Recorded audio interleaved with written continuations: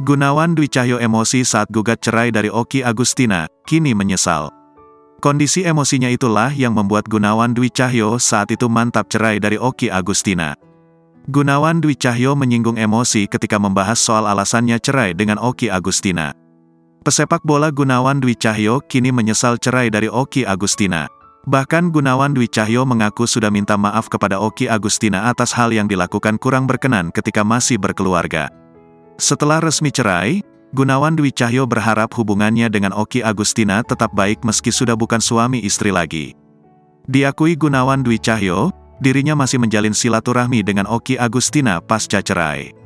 Gunawan Dwi Cahyo mengungkap bahwa hubungannya dengan mantan istrinya, Okky Agustina, baik-baik saja.